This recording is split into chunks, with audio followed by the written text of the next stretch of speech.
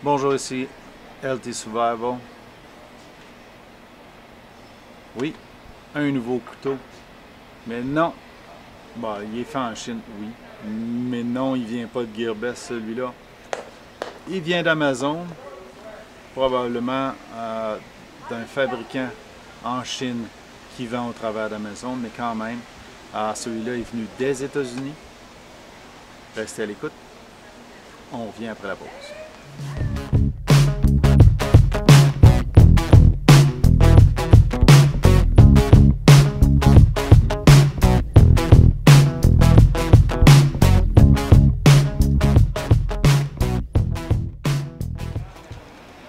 Comme vous avez vu, on va réviser aujourd'hui le Shadow Ops Karambit Style Necker.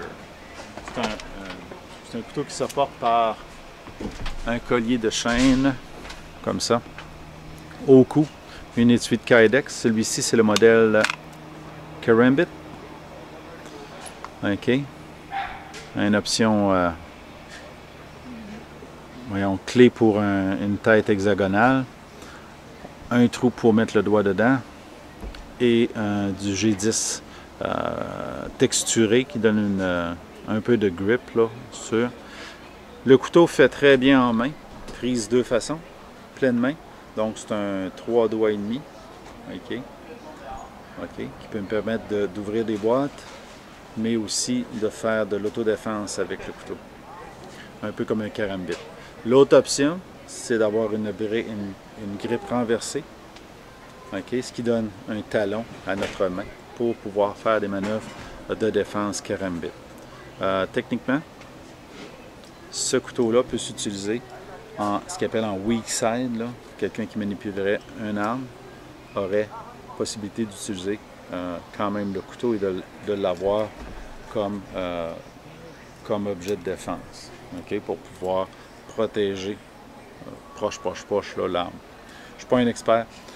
Ici au Canada, on n'a pas beaucoup d'utilisation pour les couteaux, mais pour les armes à feu, je devrais dire. Malheureusement ou heureusement pour nous, c'est pas aussi répandu qu'aux États-Unis.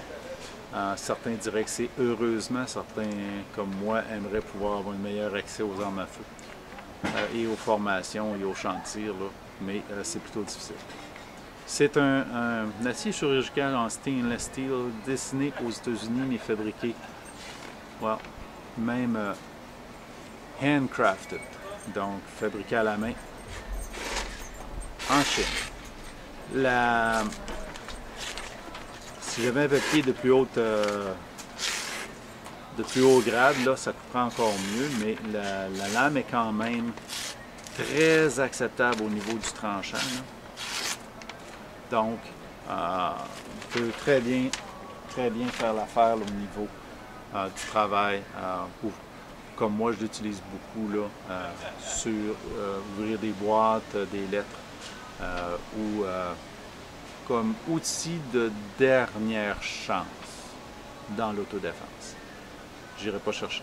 Chez nous, on n'a pas besoin de se défendre si souvent que ça, mais ça pourrait être utile dans une circonstance d'autodéfense. Une belle petite novelty, un beau petit novelty, c'est un cadeau que j'ai eu. Donc, un beau petit couteau là, à la karambit. Vraiment intéressant.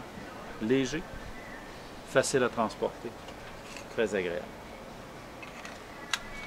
C'est tout. J'espère que vous avez aimé cette petite revue. Je n'irai pas faire du bois avec ce couteau-là. Son objectif n'est pas de couper du bois, mais bien d'être utilitaire au niveau de tous les jours ou, en dernière chance, l'autodéfense. Si vous avez aimé cette vidéo-là, donnez le thumbs up, partagez, souscrivez. On se revoit dans une prochaine vidéo.